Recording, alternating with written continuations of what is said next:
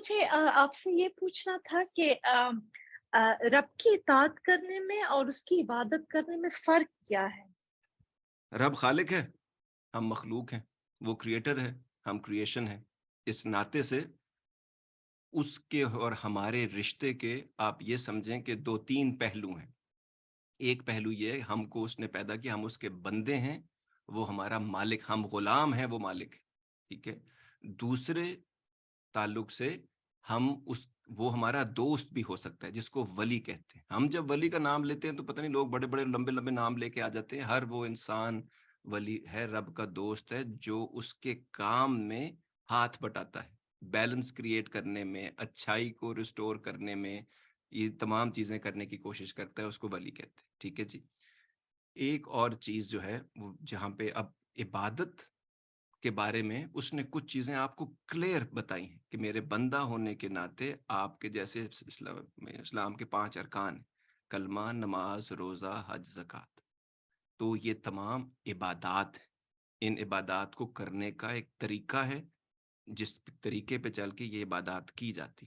تو یہ ہو گئی بندے کی عبد، بندہ جس کو غلام جس کا مطلب ہے ایکچول میں، اور معبود جس کی عبادت کرتے ہیں، اس کے بیچ کا رشتہ۔ اب تھوڑا سا میں نا یہاں پہ عبادت کے بارے میں بات کروں، ہم لوگوں کو یہ بات بھی بہت کم پتہ ہے ہم لوگوں کو، کہ نماز فرض ہے، روزہ فرض ہے، حج فرض ہے، زکوٰۃ فرض ہے۔ اور اگر آپ حج نہیں بھی کریں گے تو آپ کی نماز علیحدہ سے ہے، یہ کمپارٹمنٹلائزڈ بھی ہوا ہے۔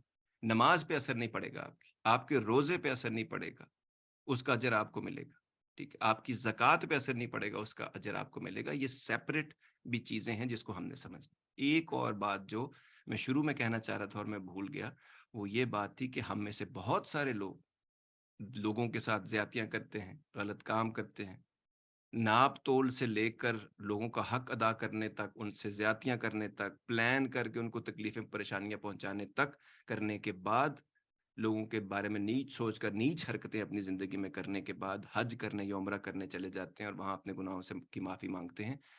یہ جو گناہ میں نے آپ کو بتائے ہیں، ان کی معافی حج اور عمرہ نہیں دے سکتا آپ کو۔ اور آپ کلیئر ہے اس کے بارے میں؟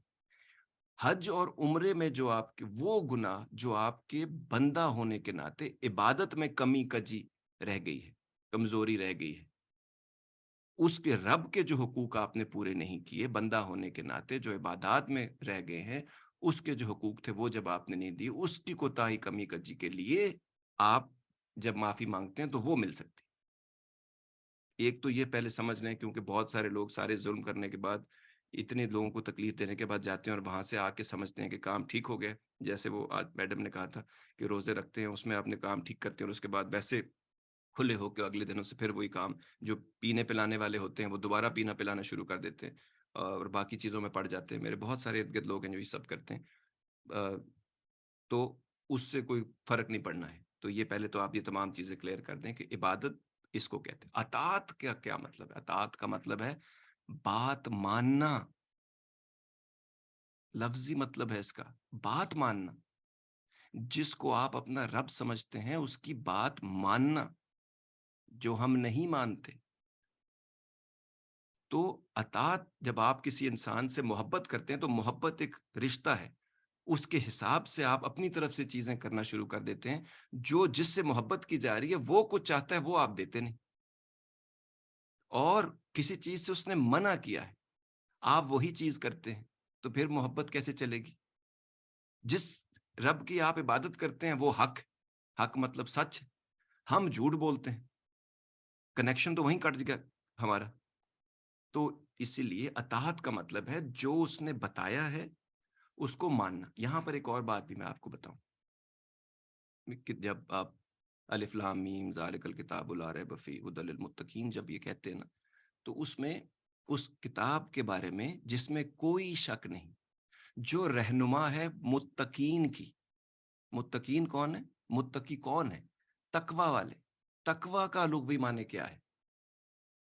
حد، حدود میں رہنے والے۔ خدا نے جو حدود بنائی ہیں اس میں رہنے والے۔ تو اطاعت کا مطلب یہ ہے جو حدود بنائی گئی ہیں زندگی گزارنے کے لیے، جو بھی چیز انسان، کیونکہ آپ رب کو مانتے ہیں تو پھر وہ آپ کی زندگی میں سکون آپ کو دلانا چاہتا ہے, کلیئرٹی آف مائنڈ دلانا چاہتا ہے, مقصد کی زندگی دلانا چاہتا ہے. آپ کو وہ چاہتا ہے کہ آپ کسی کے در پر نہ رہیں, آپ کسی سے مانگنے کے بجائے خود کفیل ہوں, دینے والے بنیں. تو یہ, اور آپ کی نیند اچھی ہو, آپ کے معاملات اچھے ہوں, آپ کے رشتے اچھے ہوں, تاکہ جس مقصد کے لیے آپ پیدا ہوئے ہیں اس کو کھوجنے کے لیے, سمجھنے کے لیے, بیلنس ریسٹور کرنے کے لیے وہ آپ کر سکیں. یہ کیسے ہوگا؟ یہ متقین کے لیے ہے, وہ لوگ جو حدود کے اندر رہتے. ٹھیک ہے, تو آئی ہوپ اس سمپل سی طریقے سے, سمپل سی ٹرانسلیشن سے آپ کو بات سمجھ آ گئی ہوگی عبادت اور اطاعت کی. To get the full Radio Azad experience, download the Radio Azad app from the App Store or Google Play and take us with you everywhere.